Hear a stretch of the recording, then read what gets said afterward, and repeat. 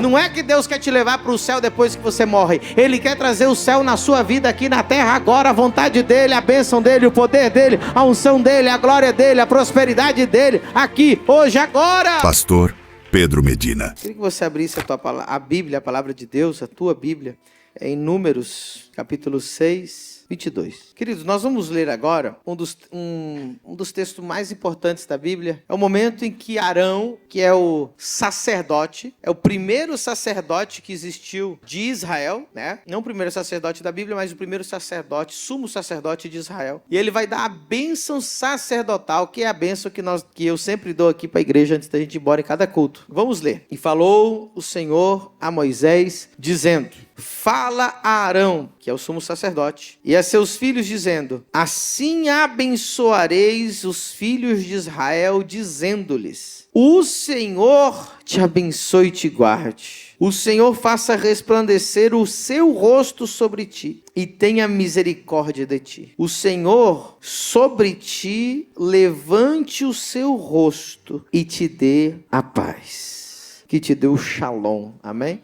Levanta a mão direita comigo para o céu e diga: Espírito Santo, eu abro a minha mente, o meu coração e o meu espírito para receber a sua palavra e ser transformado por ela, em nome de Jesus. Amém. Teu coração está pronto? Queridos, é um dos assuntos que mais Deus nos revelou, segredos e profundidades, e é o assunto da bênção de Deus. Existe uma diferença muito grande entre uma bênção e a bênção. E hoje eu venho falar sobre a bênção de Deus. E é muito diferente a bênção, né, do que bênçãos. A bênção de Deus é algo maravilhoso que eu quero expressar aqui para vocês, a importância dessa bênção que o sacerdote Arão declarou sobre o povo, sobre Israel. E dizer uma coisa para você que recebe bênçãos no plural, não pense que você, porque recebe bênçãos, você é abençoado. Porque até os filhos de Satanás recebem bênçãos. Eu tenho 20 anos como pastor, como ministro do evangelho. Deus já me usou para curar.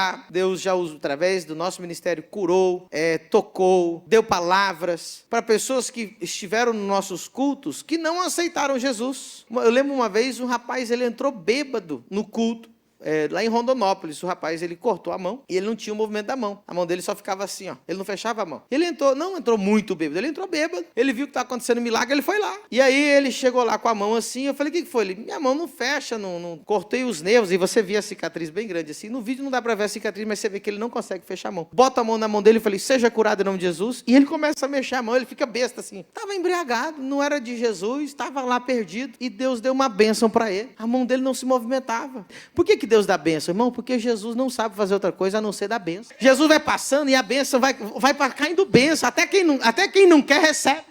Meu irmão, eu já orei por pessoa que ela não queria e recebeu. Ela não pede, ela não queria. Tem gente que veio para a igreja com a cara emburrada, com raiva, me xingando, pensando mal de mim, ainda vai lá e cura ela. Porque ele é tão bonzinho, ele é tão maravilhoso que ele dá um monte de bênção. Então você pode receber bênçãos e não ser abençoado. Quem recebe bênção não se difere de ninguém do mundo. Vou te assustar um pouquinho mais. Já está assustado, eu vou assustar mais. Querido, é forte o que eu vou te falar. Presta atenção. Um dia Jesus concedeu um pedido de oração dos demônios. O demônio foi lá, fez uma oração e Deus respondeu. E deu para eles o que o demônio pediu. Quem está assustado aí, levanta a mão. Está na Bíblia, irmão. Jesus expulsou os demônios do Gadareno. Quem lembra disso? E o demônio fez uma oração e diz ainda que estava de joelho. Senhor, te rogo. Rogar é orar, você não. Eu te rogo que não nos mande ao abismo, envia-nos a manada de porcos. Jesus falou: eu vou conceder a petição de vocês. Irmão, se Deus responde oração de demônio, imagina de filhos de Deus cheios do Espírito Santo.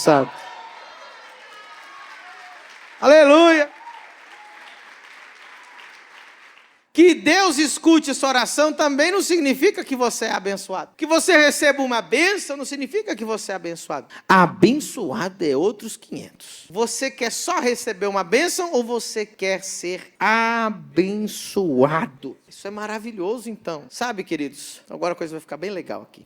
Nós estamos vivendo uma época onde a igreja, o assunto mais pregado hoje na igreja, você vai concordar comigo, que é a graça de Deus, sim ou não? A graça, hoje tudo é a graça. E eu acho que eu concordo até com 80% de tudo que é falado sobre a graça. Tem um 20% que eu acho que eu não concordo. Mas quando a gente fala da graça de Deus, a gente fala do amor incondicional de Deus, não é verdade? Graça quer dizer um favor que você não merece. Então os púlpitos estão cheios de mensagens sobre a graça. E essa mensagem da graça, que ela é verdadeira, porém, muita gente não se atentou, preste atenção, que você pode estar cheio de graça, mas amaldiçoado. A graça, irmão, é mais ou menos como o amor de mãe. Diga comigo, graça é igual amor de mãe. Quem tem um familiar ou um amigo que você sabe que aquele ali não vale R$1, que não presta, que só faz porcaria na vida, que só desgraça a vida dos outros,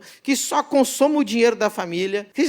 Você sabe do que eu estou falando ou não? Você não viu ele no espelho não, né? Você está pensando em outra pessoa, né? Tem gente, meu querido, que ele vai para as drogas e ele faz só porcaria e ele vai preso. E a mãe, o que a mãe faz se o filho vai preso? Vai lá visitar na cadeia. Oh, meu amor, por que você assaltou? Próxima vez eu vou orar para não te pegar, né? Já viu o amor de mãe? O filho pode fazer o que quiser, ela vai mudar o amor que ela tem pelo filho? Então a graça de Deus é assim. Não existe nada que você possa fazer que vai mudar o amor de Deus para com você. Deus nunca vai deixar de te amar. Como que Deus vai deixar de te amar se Ele é amor? Então as pregações sobre a graça estão baseadas nisso. Então eles dizem assim, olha, se você fizer um monte de erro, se você tal, eu não vou cair da graça. E as pessoas começaram a aproveitar essa mensagem, sabe? E eles têm razão. E aí eles pensam no quê? Bom, se a graça é o que me leva para o céu e é favor imerecido e é Jesus que pagou por mim, então eu vou para o céu. E ele está preocupado com o céu. Como assim, pastor? Ele está preocupado com morar no céu.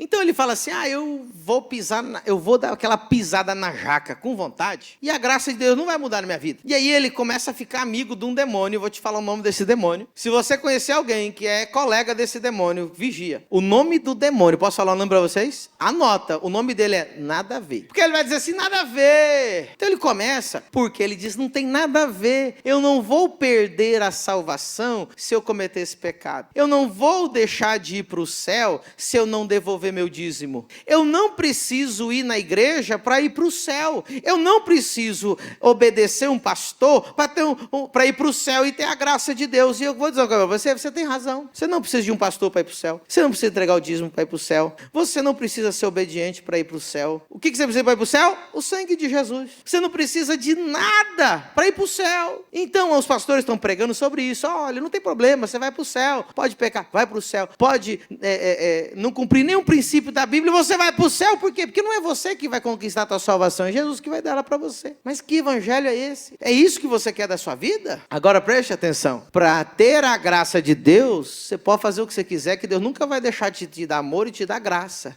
Mas para você viver uma vida, agora preste atenção, esse aqui é o ambiente da graça. Agora existe o ambiente da bênção de Deus. Para viver debaixo da bênção de Deus, você vai precisar ser obediente. Então hoje tem igrejas que elas estão cheias de pessoas, cheias de graça, amaldiçoadas. Mas nós queremos, na família do reino, pregar uma palavra séria para que você seja cheio de graça e abençoado.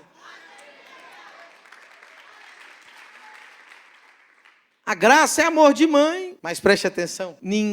Eu nunca vi ninguém prosperar na vida e dar certo na vida só porque a mãe amou. Eu só vi gente que cresceu e prosperou na vida que cumpriu o princípio. Então você pode brigar o que você quiser comigo. Nossa, pastor Pedro fica pegando no pé do pecado, mas Jesus não vai deixar de me amar. Não vai mesmo. Você só vai deixar de viver o melhor de Deus nessa terra. Se o evangelho para você é só ir para o céu, meu querido, sabe o que eu recomendo para você? Vai para o mundo. O dia que você tiver pontinho para morrer, levanta a mão e aceita Jesus, vai para o céu. Mas se você...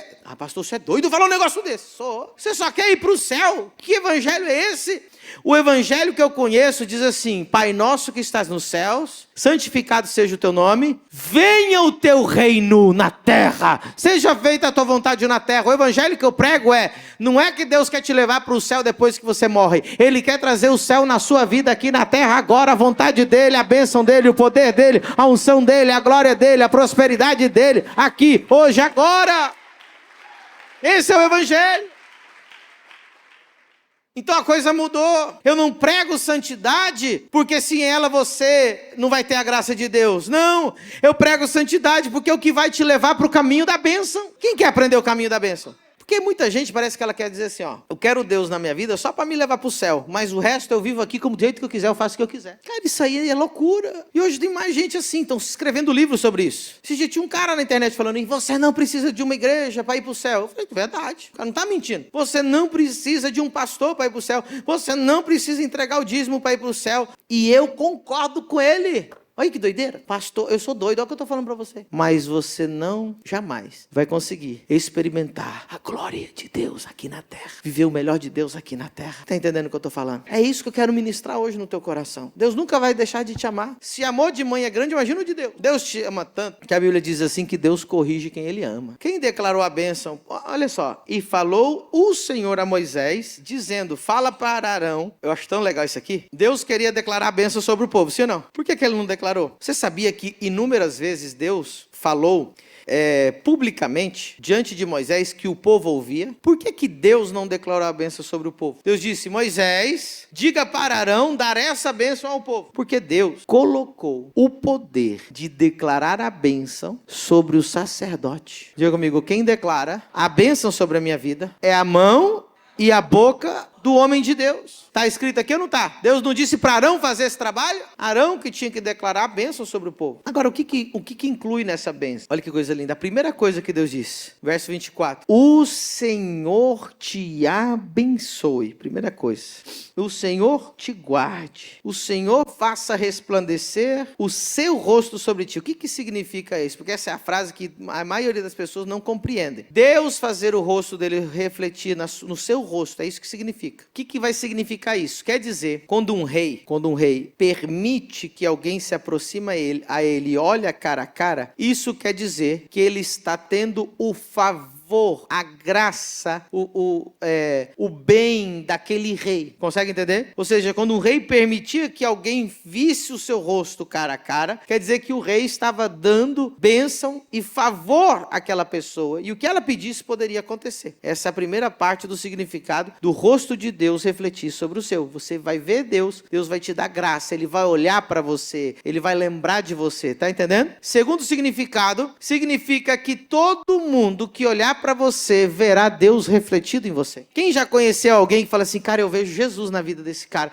eu vejo o Espírito Santo refletido na vida dessa pessoa, porque ela está diante de Deus, amém? E aí, tenha misericórdia de ti. O verso 26, o Senhor sobre ti levante o seu rosto e te dê o shalom. Essa palavra em hebraico a gente já sabe o que significa, não é só paz, como a gente diz em português. Shalom é o hebraico aqui para paz. Significa paz, shalom no hebraico significa paz, prosperidade financeira, saúde física, emocional e mental e felicidade. Diga comigo, paz, prosperidade, saúde e felicidade. Escute e olhe bem para mim o que eu vou te falar agora, que você nunca mais esquecer. Só tem essas 4 coisas juntas quem tem a bênção de Deus. Qualquer pessoa do mundo pode ter algumas das 4, mas juntas só quem tem a bênção. Você nunca vai conhecer alguém sem Deus na vida dele que tenha paz, prosperidade, saúde e felicidade juntos. Quem aqui já conheceu gente que tem muito dinheiro, mas não tem paz? Tem muito dinheiro, mas não consegue dormir em paz. Tem muito dinheiro, mas tem que tomar remédio para dormir e depois tem que tomar remédio para acordar. Quem já viu esse tipo de gente? Porque só tem dinheiro, mas não tem paz. E também não tem saúde. E o casamento está destruído. E os filhos são rebeldes. E ele só passa vergonha. E aí ele está fugindo de agiota. E a vida dele é um inferno. É porque ele não tem a bênção de Deus. Quer saber como que é a bênção de Deus? Provérbios 10, 22. Vamos ler juntos no 3? 1, 2, 3.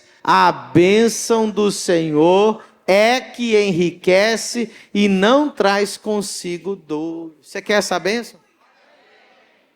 Isso é que é ter a bênção de Deus. O próprio texto diz, e agora não diz uma bênção, diz a, é muito diferente, bênçãos de a bênção de Deus. Então, da onde é pronunciada a bênção de Deus? Na mão e na boca de quem? É assim que Deus pronuncia a bênção sobre o povo dele. Agora, eu quero lembrar você do momento mais emblemático da Bíblia do assunto da bênção. Esaú e Jacó. É a história da bênção na Bíblia mais comum que nós conhecemos. Você tem que entender uma coisa. Jacó lutou a vida inteira e depois lutou uma noite inteira. Lembre-se disso. Você está comigo? Ele lutou a vida inteira por uma coisa. E depois ele lutou uma noite inteira pela mesma coisa. A única coisa que ele queria era o quê? Se não me abençoares, não te deixarei ir. Se os patriarcas, a vida deles era lutar pela bênção, o que tem a bênção de tão poderoso que fazia com que Jacó lutasse pela bênção a vida inteira e depois uma noite inteira com o anjo do Senhor? O que a bênção faz? Sabe? Eu vou te explicar como que é a bênção. Depois, em outra pregação ou uma aula da exousia com muito mais profundidade, eu vou te falar que às vezes essa aula aqui eu dou em 3, 4 horas, a gente passa uma tarde inteira falando, mas eu vou resumir para você e quem é bom entendedor vai entender. A bênção na Bíblia não era igual a gente dar a bênção, os nossos avós davam, os nossos pais davam a bênção para a gente. Aqui no Brasil, e graças a Deus, tomara que você ainda tenha essa costume de pedir a bênção para o pai, para a mãe, para a avó e para o pastor, né? Quem que já sabe o que eu estou falando? Bênção, vó, bênção, vô, né? Tem uns que põem a mãozinha assim, né? E isso é muito bom. Mas isso não tem nada a ver com a bênção bíblica. Isso é muito bom, continue fazendo. Pastor, então como que é a bênção bíblica? A bênção bíblica só se dava uma vez na vida. E era quando o velho ia morrer. Então, o velho ia morrer, Isaac, e ele manda chamar os filhos. O filho, qual filho que ele mandou chamar? Esaú. Para dar o quê? A bênção antes de morrer. Como que funcionava a bênção antes de morrer na Bíblia? Era assim. O pai, o sacerdote, que no tempo de Jacó ainda não tinha o sacerdote Arão, o sacerdote ainda era o pai. Obrigatoriamente, ele tinha que falar o que a alma dele dizia e não o que ele queria. O pai avaliava a vida do filho e o que a alma dele dissesse, isso era a bênção e a palavra profética que o filho ia ter pro resto da vida e não tinha quem mudasse isso. E o texto vai dizer que Esaú só tinha causado amargura de espírito sobre o pai. E a mãe de Jacó fez toda uma coisa, uma trama, para poder levar a bênção para Jacó. Porque Jacó era o filho que dava alegria e Esaú era o filho que dava amargura de espírito. Então Jacó vem diante do pai e o pai, ele come. Por que ele pediu aquela comida? Ele disse assim: faz um guisado como eu gosto, para que eu coma, para que eu me alegre, para que a minha alma te abençoe, porque a bênção vem da alma do sacerdote. E como ele só tinha amargura de espírito, ele estava tentando fazer um truque. Olha, filho, se você fizer uma comida boa, talvez a minha alma tenha algum motivo para te abençoar. Que é o único lugar na Bíblia que alguém pede uma comida para dar bênção. E ele diz o porquê. Eu quero que você faça a comida como eu gosto, para ver se a minha alma consegue te abençoar, porque até agora você só me deu desgosto. Aí quando vem Jacó, que era o filho que os pais realmente queriam abençoar, você acha que Isaac não sabia quem era? A voz era de Jacó. Ele tinha percebido a coisa. Estava tudo já tramado pela mãe. E aí o pai declara a bênção sobre Jacó. Olha que coisa louca. 1 minuto depois chega Esaú. E ele diz: pai, tá aqui o guisado. Ele falou: já comi, já até abençoei. Quem é você? Ele: não, eu sou teu filho Esaú. Diz a Bíblia que ele vai berrar, gritar, chorar e dizer: pai, me abençoe. E o pai diz assim: não tem jeito, acabou para você. Você imagina no leito de morte, você vai dizer para o teu filho: não tem bênção nenhuma para você? Porque a bênção do sacerdote na Bíblia não era o que ele queria, era o que era de verdade na alma dele. Tem muito pai abençoando o filho da boca para fora, mas na alma dele ele só tem angústia. Quem está começando a entender? Jacó foge para o deserto. O pai dele diz: vai lá para a casa de Labão casar com a filha de Labão. E ele vai, passa pelo deserto com a roupa do corpo. Agora eu faço essa pergunta para você. Vem aqui comigo. Você acha que um homem com a roupa do corpo, fugindo da morte, num deserto, há não sei quantos mil anos atrás, num tempo onde qualquer um que passava assim, eles escravizavam, ele tinha alguma chance de dar certo na vida? Tem chance na vida um cara desse, naquela época, fugindo, que não tinha nada, não carregava nada. Ele chegou na casa de Labão, o tio dele, ele queria casar com a Raquel. E Labão falou: opa, vou botar esse menino para trabalhar para mim. Ele falou: pode casar, 7 anos, trabalhando para mim, para pagar o dote. Aí o Labão enganou ele, deu a feia para ele, que ele queria casar com a bonita. Aí casou com a feia. Falou: mas vai ter que trabalhar mais 7 anos para casar com as duas. Aí ele trabalhou 14 anos. Quem é abençoado por Deus, ele pode até passar um tempo parecendo que não está abençoado. Mas quando a bênção florescer, você vai ver o que Deus vai fazer. Eu vou resumir para você em uma frase o que é ter a bênção de Deus. Ter a bênção de Deus significa que você está condenado a dar certo. condenado a dar certo. Inscreva-se no nosso canal.